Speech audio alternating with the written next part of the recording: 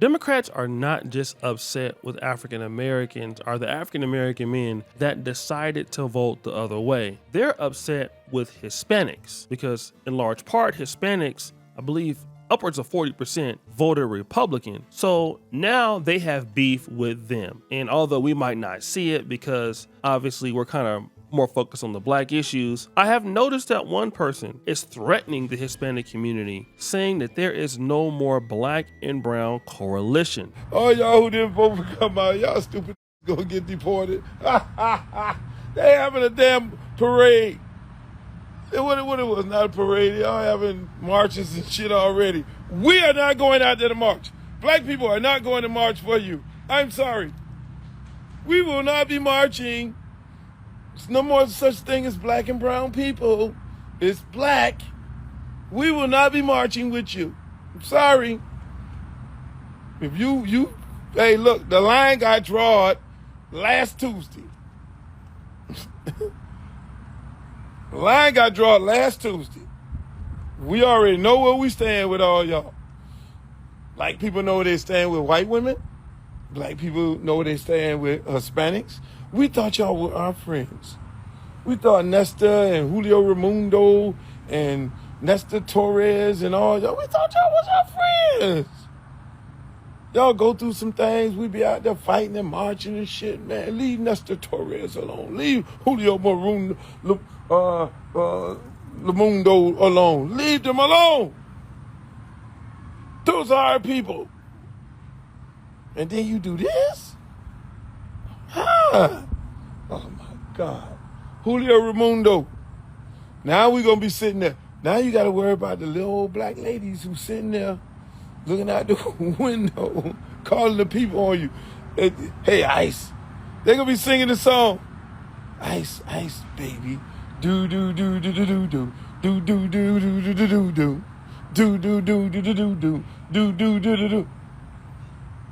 Now, this is very interesting coming from somebody like Luke, because number one, not to disparage the African-American community, but for him to be able to try to say like, oh, well, the black vote, we're not going to fight for y'all anymore. We're not going to do anything for you guys anymore. I mean, Hispanics and the Hispanic community have already let us know that they're the biggest voting bloc now. They have more money than us and that they don't need our help. When they did need our help, that was like in the 70s and the 80s and things like that, when the black-brown coalition, or in the 60s, they're past that now. They're more developed and more united than the blacks are. So there is nothing that the Democratic blacks can do to punish Hispanics. They have the majority of California, as we know now. A lot of blacks are getting out of California. They occupy the majority of Texas. They're the biggest voting base. So I don't know what he's smoking on. Blacks can barely even maintain or help ourselves, let alone have an impact on somebody else as a group. This just goes to prove to you how out of touch a lot of black Democratic supporters are. All right. Now, I came across this other clip the other day, and this is a Hispanic lady, why she voted for Trump. Notice her accent. I pledge allegiance to the flag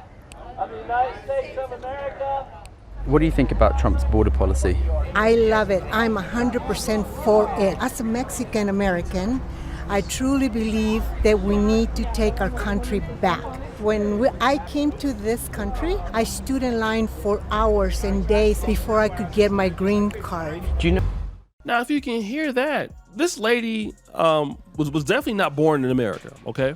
This lady was born most likely somewhere else in a Latin American country, but listen to the verbiage that she's using. Listen, we got to keep our country safe. Okay. Now, I also found something very interesting on MSNBC. But maybe the difference is that we've changed as Latino voters. And I think that's what we have to reckon with, right? Like who we are now is vastly different from who we were back then. Back then, 20, 30 years ago, the solidarity revolved around our immigrant story. Right now, so many Latinos feel more American, right? They feel more perhaps seen in Trumpism because perhaps their values have changed, because maybe they feel more white than brown, because maybe they're simply more detached from their immigrant roots. And I think that's the difference, right? The way that we have evolved, assimilated, conformed.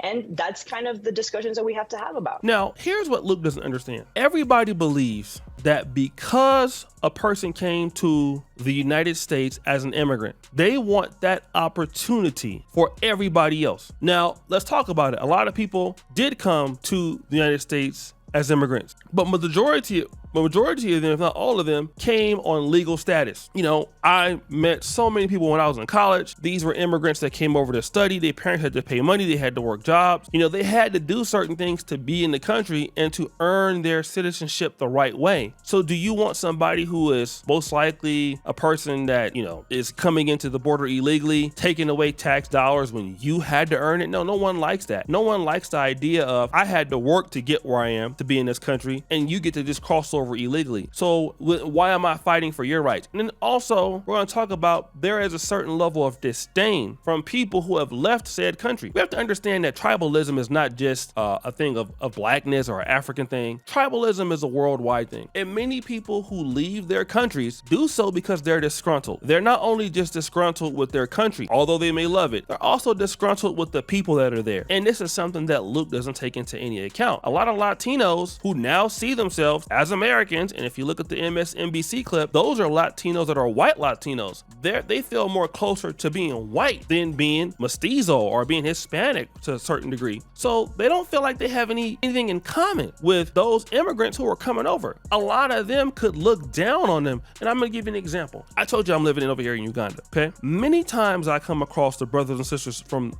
the diaspora, whether they be from Ugandans that grew up in America, Ugandans that grew up in Britain, or Kenyans that grew up in somewhere like that, Nigeria. It's not that they don't love the people. They just can't relate to them because they haven't lived there. They haven't lived back in Africa before, you know? So when they come across the people who are considered those and, you know, and that are local, you know, they're not going to be accepted by them for the most part, simply because they didn't grow up in the trenches like most Africans. You know, they don't know the language and they don't know everything else. So it automatically casts a divide. So who do you vote with? You vote with the people that you work with every day. Like, for an example, when you live in America, you're working with Americans. You know, you go to college with people that are Americans, not people who are immigrants in your former country. The people who give you the job are the people that, you know, that you might become friends with. You might be Hispanic, but you might have white friends or black friends or Asian friends. You know, you watch sports teams, like go to any Dallas Cowboys football game. You're going to see people of all races there, the 49ers, you know, and you make bonds with people based on we're all Niner fans regardless of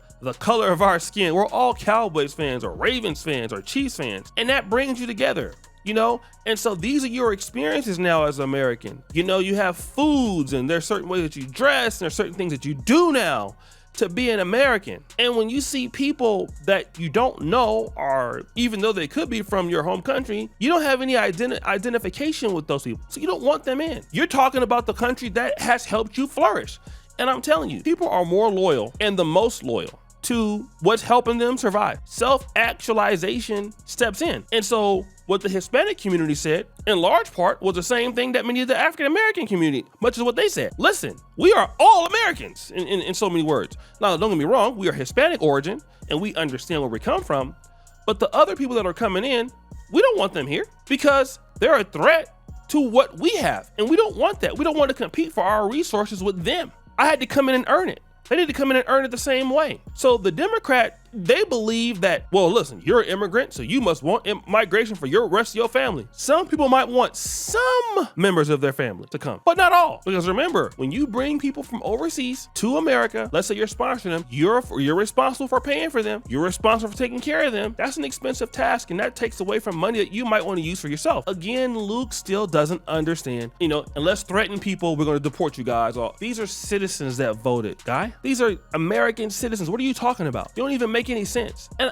unfortunately, a lot of the things that Democrats say don't make any sense, and everybody knows it. I don't think that anybody wants to tell them, but it's insane. And the thing is, when Latinos were first coming into the country heavy, at least when I first recognized it, I was living in Los Angeles as a kid. I used to see, if you would go off the 110 or the 105, the 405, you would see Hispanics selling fruit. And at that time, yes, they wanted statuses and citizenship for themselves because that was the position that they were in. 30 years later, they're no longer in that position. So now their situations have changed. They now have kids that are citizens now. They now have nice homes. They now have good jobs. They now have businesses. So their positions have changed from since it was in the 70s and 80s. The same thing as the baby boomers. When they were young, they voted one way. As they've gotten older, and my mother's a boomer, she votes another way now because it's self-actualization. And until Democrats really figure this out, they're going to continue to have the same problem. And you see these, I hate to say this, man, but for a party that has so many educated people. That's why education cannot be the only metric of intelligence, because obviously if that was the case, the Democrats should win every year, but they're just not smart. And they continue to show you that they're not smart. Every time they continue to show you that, hey, listen, we have a hard time getting this together. And unfortunately, if you're the Republican Party, you don't really have to do very much, but just sit back and say, well, yeah, let's just sit there and let them make mistakes, because they're going to continue to do it. So guys, thanks for checking out Kanganda. Appreciate you for all that you do. We're out.